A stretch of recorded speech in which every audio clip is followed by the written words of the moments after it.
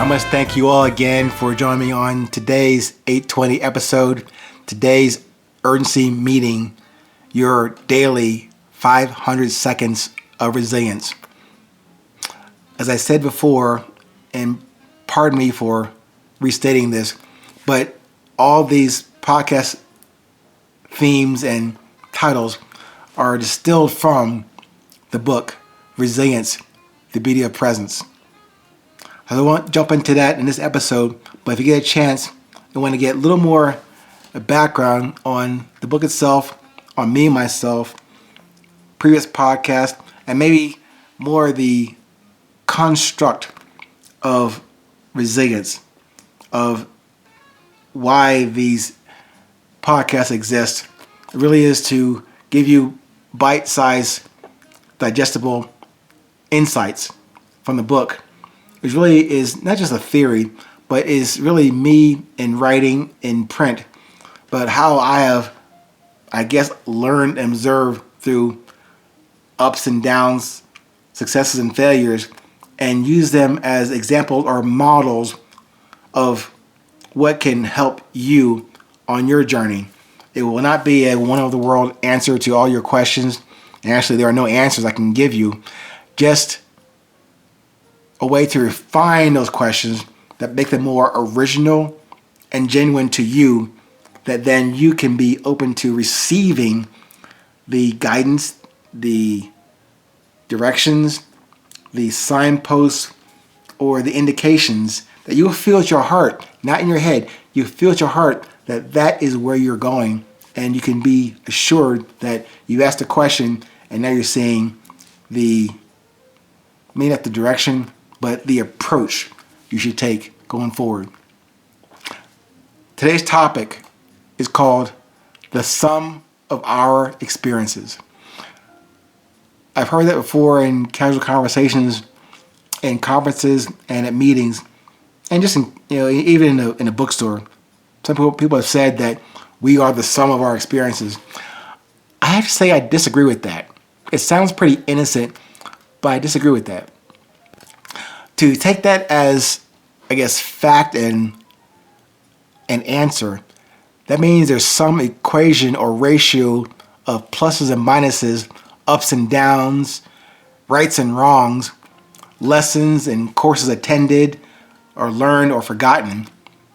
And that stuff together in some crazy equation ends up being a net sum that equals you, or those experiences equal me. I can't get there. Now, maybe you guys can help me understand a more logical way to get there.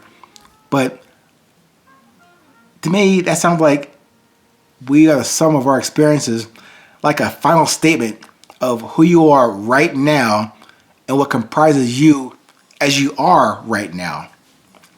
I can see that being useful for an epitaph or an epilogue, an unofficial and unauthorized autobiography, maybe. But I submit to you that there is no sum of you or from an undefinable beginning or ending. Even as a work in progress or an in-progress review, I would say this. Even given that statement, and I said this before, all models and all words are wrong. They can mostly, words and models, serve as useful references and resources, but they can never, the words or the models can never be the answer. It's all about the questions. Always about the questions. Okay, how about this? We are the summary of the questions we produce from our experiences. Let me say that again. I want you to at least consider that possibility. As a counter to we are the sum of our experiences, I'm going to proffer this to you as another way to look at it. We are the summary of the questions we produce from our experiences. And we can accept that statement if we also, as another part of that context, we are the summary of the questions we produce from our experiences and from our confirmed presence. You have to define that for yourself. I have positioned that early on in these podcasts about not this I'm saying it, I'm asking you to define your presence for yourself. Define what drives you for yourself. Define what is your beauty. What are you aware of that does drive you? I'm asking you to define that, not to take my word as fact or truth. It's my truth. It has to become yours. So I'm asking you to consider that each day, in each moment. Just something, maybe something new, something different to consider and observe. But as I said at the outset of this discussion today, I am questioning the summary, that all the stuff has happened. Again, we're talking about before. What about those experiences that we haven't had yet? Not looking to the future. What about, take for one example, if we're a summary of those past experiences, what about the ones we still have yet to experience? Something to think about. Just consider that. We haven't experienced everything. I guess if we did, we'd be dead.